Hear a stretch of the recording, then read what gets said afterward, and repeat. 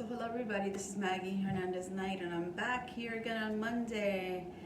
And I posted earlier this morning something that said something to the effect that said things aren't what they are. And so I want to explain that. I'm not talking about the fact that things aren't what they seem they are, because that's different. I'm saying things aren't just what they are, meaning that we don't just have to accept the fact that things are as they are. We actually have the power to change them. And I know that because I once felt that way. For many years, I think I lived in an existence where I just felt like, wow, I was dealt the wrong hand. Like, what happened? I'm smart, I'm bright, I'm cute, I have talents, abilities, so what's the problem? And then I learned that it was possible to change things. For me to have the power to make a decision and change my life was all on me. So no, things aren't what they are. And in addition to that, we are not necessarily responsible for living the way that other people want us to live. Oh my God, I know that's hard because you may come from a culture that expects you to live life in a certain way, serve other people in a certain way, be responsible, be dependable, but then where do I come in? Like, no one ever says, you're important too, and your life counts, and what you want counts. And so we feel like things just are what they are. You know, I remember seeing a movie years ago that I love so much, and it's para agua para chocolate.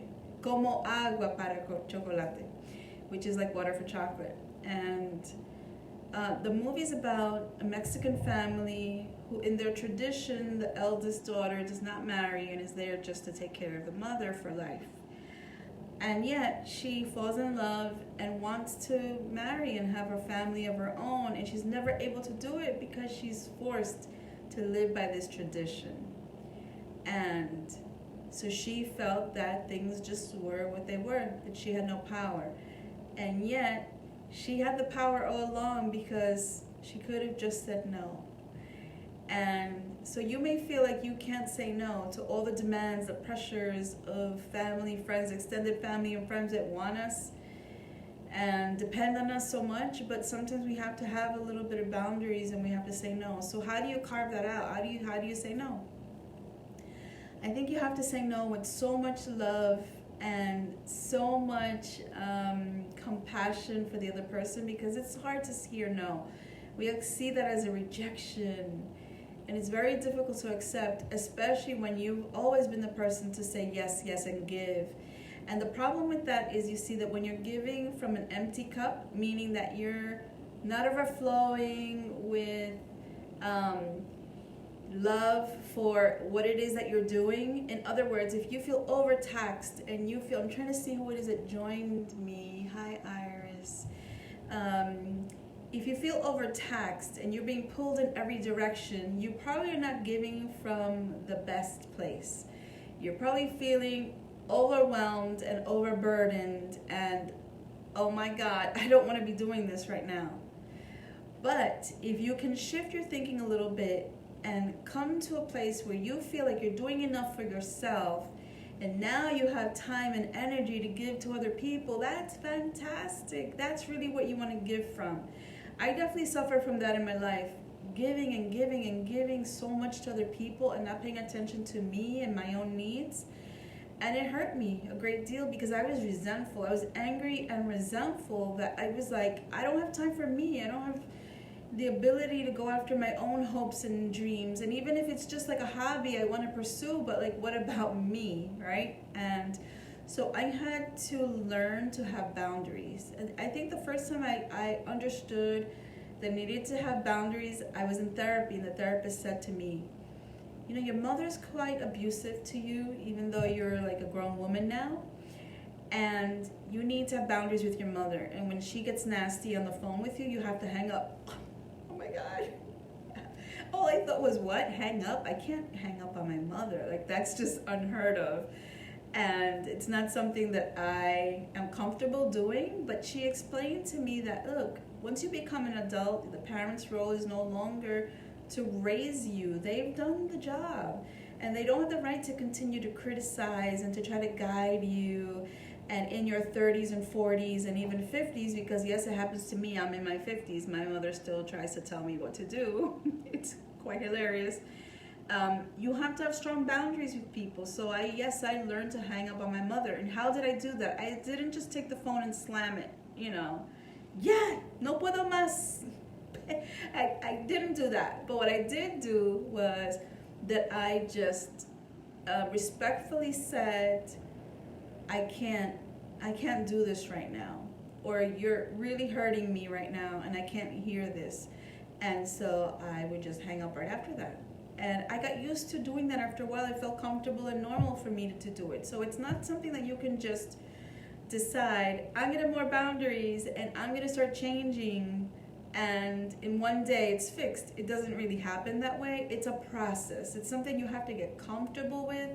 It's something that is going to cause other people to distance themselves from you because it's the nature of the beast, right? We are comfortable with what we're comfortable with. The moment there's a change, we're not comfortable, we don't want to deal. And sometimes your family and friends, they will step up and say, oh, wait a minute, this is someone that I love, this is someone that I really care about, and I'm going to have to conform to this change. But sometimes a person is not willing, and they can't handle the new boundaries, and they will disconnect from you. I have lost friendships, I have lost family members, because I've had to put very strong boundaries on people. And is it worth the loss? Well, that's a question you have to ask yourself.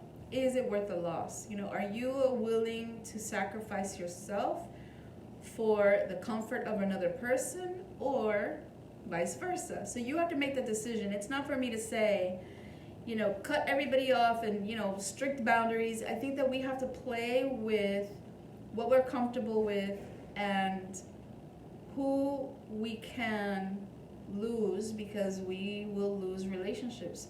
But it's a decision that we have to make ourselves. No one else can impose that on you. So I will say, explore that idea and understand that, going back to the original topic, which is things aren't just what they are. Everything in life can be adjusted to your liking. Everything in life. So the job situation, the relationship situation, the parents that don't respect you, the child that doesn't respect you, there's a solution to every problem. And I think that is the key, is to become a master at solving problems of all kinds. And so that's it. Look, I want to leave you with this idea. Just think about it as much as you can. What in your life can you begin to change so that it serves you better? And remember that things aren't simply what they are. They can all be molded to your need and your liking. Okay, I hope that you will take a moment to think about that. Every day it's important, at least I feel, to spend some time reflecting on what's going on in life, because if you truly embody this idea that things just are what they are, they always will be. But if you begin to reflect and notice and take time, and all it means is 5 minutes, start with 5 minutes, start with one moment where you just think about what's going on in your life and the changes that could be made. Doesn't mean that you start making big changes. It just means that you at least start to think about your life. What's working? What's not working?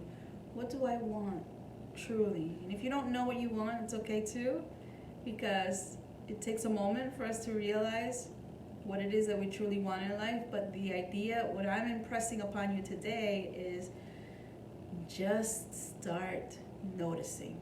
That's it. Just start noticing. So that's all, because I promised that these were going to be super short, and I think I went over the time. I want to do 3.5 minutes. That's it, so you can be on with your evenings.